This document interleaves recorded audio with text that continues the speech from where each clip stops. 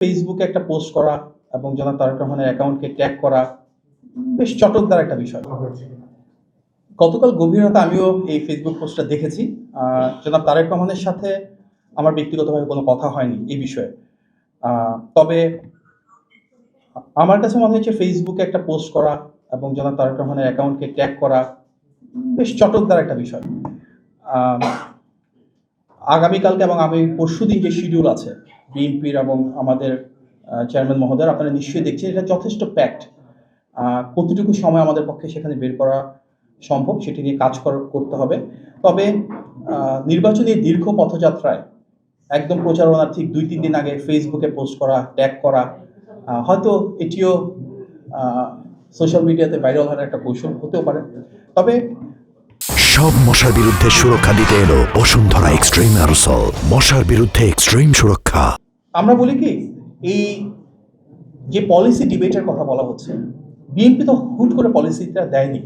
আপনারা 2013 সালে জুলাই মাসে জনাব তারেক রহমানের একটা বক্তব্য যদি দেখেন, ফেসবুকে আছে, ইউটিউব আছে, একটা ইফতারের প্রোগ্রামে উনি যে বক্তব্য দিয়েছিলেন তার অনেকটারই কিন্তু প্রতিফলন আমরা ইলেকশন ম্যানিফেস্টোতে দেখেছি বিএনপির।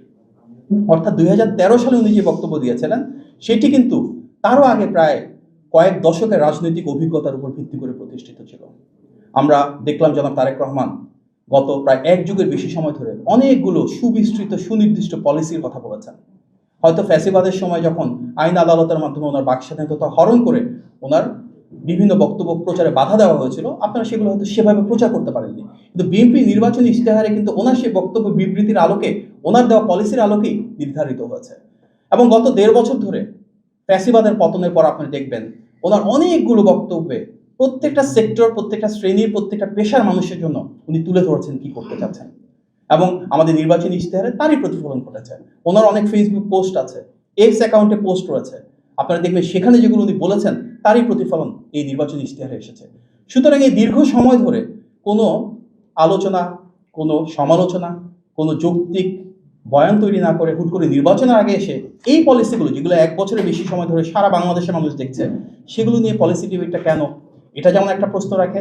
একই সাথে আমার জানা মতে জামাতের যিনি আমির রয়েছেন, ওনার কোনো পলিসি পোস্ট আমি গত 1.5 বছরে তো দেখিনি, তার আগে গত 16 বছর 18 বছর কখনোই দেখিনি। জনাব তারেক রহমানের নেতৃত্বে বিএনপি থেকে আমরা যে ম্যানিফেস্টো করেছি, ডিফারেন্ট প্রফেশনাল টিমসরা কাজ করেছে, ওনার ভিশনটাকে সামনে রেখে। জামাতের আমিরের ক্ষেত্রে কি এটাই প্রযোজ্য, নাকি ওনার টিম মেম্বাররা করেছেন, উনি যে শুধু ওয়াকিবহল হচ্ছেন, সেটা আমরা জানি না ডিটেল। আর একটি রাজনৈতিক দল হিসেবে যদি দেখেন, বিএনপি সর্বপ্রথম ভিশন 2030 দিয়েছিল ফ্যাসিবাদের রক্তচক্ষুকে উপেক্ষা করে। দেশনেত্রী বেগম খালেদা জিয়া সেটি ঘোষণা করেছিলেন 2016 সালে। 2022 সালে আমাদের নেতা জনাব তারেক রহমান 27 দফা প্রণয়ন করেছিলেন, এবং 2023 সালে যুগপৎ আন্দোলনের শরিক সব রাজনৈতিক দলকে এক করে 31 দফা প্রণয়ন করেছিলেন। গত 1.5 বছরে আমরা কিন্তু সেই 31 দফা নিয়ে বাংলাদেশের প্রতিটি বিভাগ, জেলা, উপজেলা, ইউনিয়ন, ওয়ার্ড পর্যায়ে সাংগঠনিকভাবে কথা বলেছি। বাংলাদেশের প্রতিটি শ্রেণী এবং পেশার মানুষের সাথে সম্পৃক্ততা করে তুলেছি। তার উপর ভিত্তি করেই কিন্তু সংযোজন, বিয়োজন এবং পরিবর্তনের উপর আমরা এই ম্যানিফেস্টোটা প্রণয়ন করেছি। সুতরাং আমাদের যে ম্যানিফেস্টো, এখানে গণমানুষের আবেগ আকাঙ্ক্ষার প্রতিফলন রয়েছে।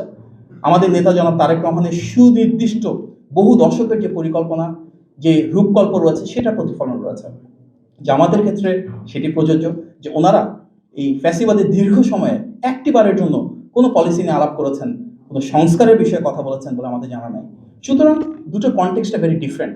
বিএনপি গণমানুষের দল হিসেবে এবং সবসময় জানতো যে রাষ্ট্র পরিচালনার সুযোগ আসবে ফ্যাসিবাদের পতনের পর একটা অবাধ, সুষ্ঠু, গ্রহণযোগ্য নির্বাচনের জন্য। সেই প্রস্তুতি নিয়ে আমরা দীর্ঘদিন ধরে কাজ করেছি।